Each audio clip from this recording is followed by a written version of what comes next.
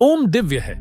इसे आदिम एकाक्षरी ध्वनि कहा जाता है जो ब्रह्मांड के निर्माण के समय मौजूद थी। इसमें अन्य सभी ध्वनियां, शब्द, भाषाएं और मंत्र शामिल हैं। ओम का जन्म पृथ्वी पर किसी भी अन्य चीज के जन्म से पहले हुआ था। सृष्टि शुरू होने से पहले शून्यता थी।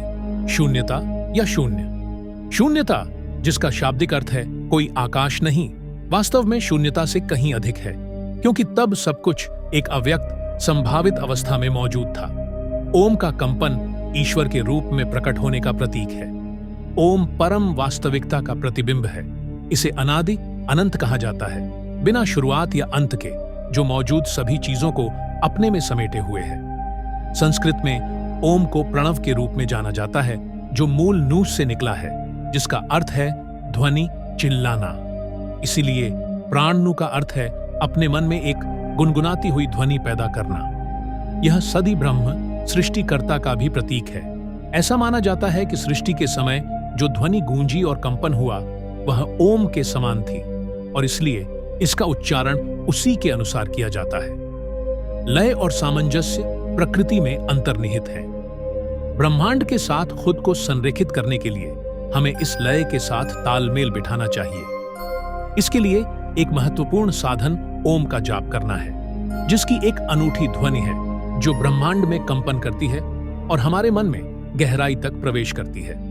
ओम की शक्ति ऐसी है कि सभी आंतरिक भ्रम दूर हो जाते हैं और सभी नकारात्मकता पिघल जाती है। यह पवित्र शब्द अपनी ध्वनि से ही अमृत उगलता है और पूरे ब्रह्मांड के भूत, वर्तमान और भविष्य को समाहित करता है।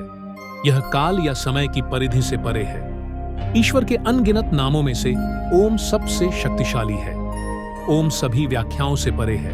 यह दिव्य है और इस भौतिक दुनिया के सभी क्षेत्रों से ऊपर है। वास्तव में ब्रह्मांड की सभी ध्वनियां इससे पैदा होती हैं। ओम का शब्द व्याकरण के नियमों द्वारा शासित नहीं हो सकता। यह ऐसे सभी नियमों से ऊपर है। बिग बैंग थ्योरी भी इसी तरह के विचारों को प्रतिपादित करती है कि ब्रह्मांड की रचना एक विशाल ध्वनि से हुई थी।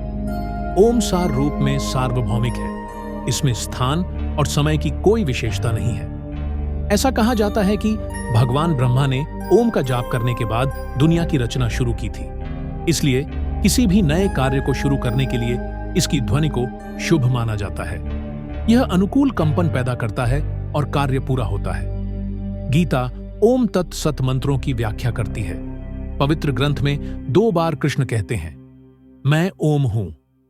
उपनिषदों और पतंजलि के योग सूत्र ने आध्यात्मिक, मनोवैज्ञानिक और भौतिक लाभों पर ध्यान दिया है, जो ओम के निरंतर जाप से प्राप्त होते हैं, यदि पूरी एकाग्रता के साथ किया जाए। जब सही तरीके से जाप किया जाता है तो यह जप करने वाले के चारों ओर एक अत्यधिक आवेशित क्षेत्र बनाता है, चाहे उसकी आस्था कुछ भी हो और उसका आध्यात्मिक स्तर ऊंचा होता है।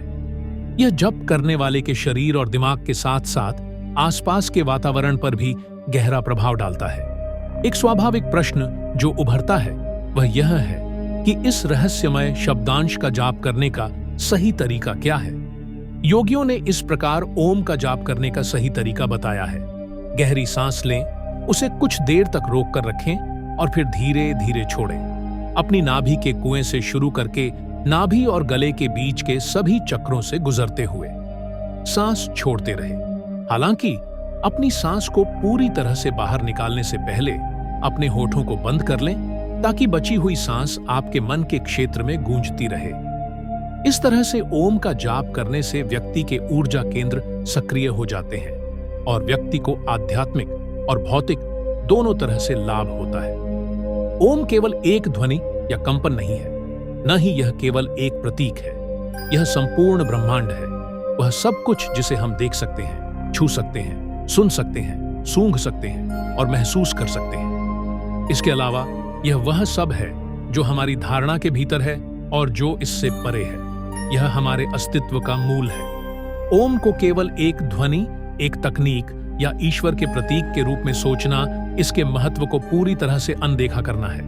ईश्वर का शाश्वत गीत ओम रहस्यमय ब्रह्मांडीय ऊर्जा है, जो पूरे ब्रह्मांड की सभी चीजों और सभी प्राणियों का आधार है। ओम हिंदू विचार में पवित्र मानी जाने वाली हर चीज का सार है। ओम ज्यादातर वैदिक मंत्रों का पहला अक्षर है।